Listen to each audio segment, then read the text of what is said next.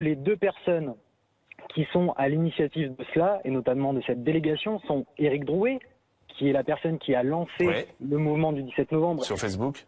C'est ça, absolument. Et aujourd'hui, si nous en sommes ici, c'est grâce à Éric Drouet. Oui, mais c'est lui qui vous a nommé. Alors, je vais répondre. J'entends votre question, je vais y répondre. Et ensuite, Cécilia Ludowski, qui a lancé une pétition en mai contre la hausse des carburants, qui a recueilli presque 1 million de signatures. Et donc, ces deux personnes-là ne nous ont pas nommés directement. Elles ont tout simplement constitué une coordination nationale qui était accessible à l'ensemble des personnes qui, en effet, étaient présentes sur les réseaux sociaux et qui pouvaient rejoindre cette coordination nationale autour de Priscilla et de Éric.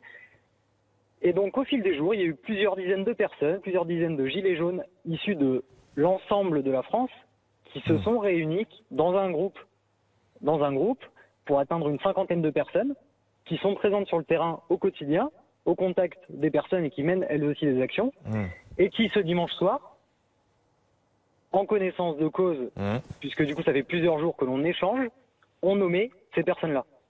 D'accord. Mais vous avez bien compris qu'il y a un problème de légitimité. Hein. J'ai interrogé depuis 17h 2 gilets jaunes sur le terrain qui ne vous connaissent pas, ne comprennent pas d'où sortent ces 8 noms et qui pour l'instant n'ont pas envie forcément de vous avoir comme porte-parole.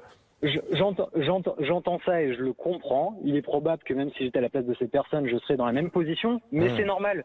C'est normal parce que pour eux, c'est une surprise. C'est une surprise pour beaucoup. Et donc, il faut leur expliquer. Il va falloir qu'on prenne le temps de leur expliquer. Et je me permets d'ajouter une chose.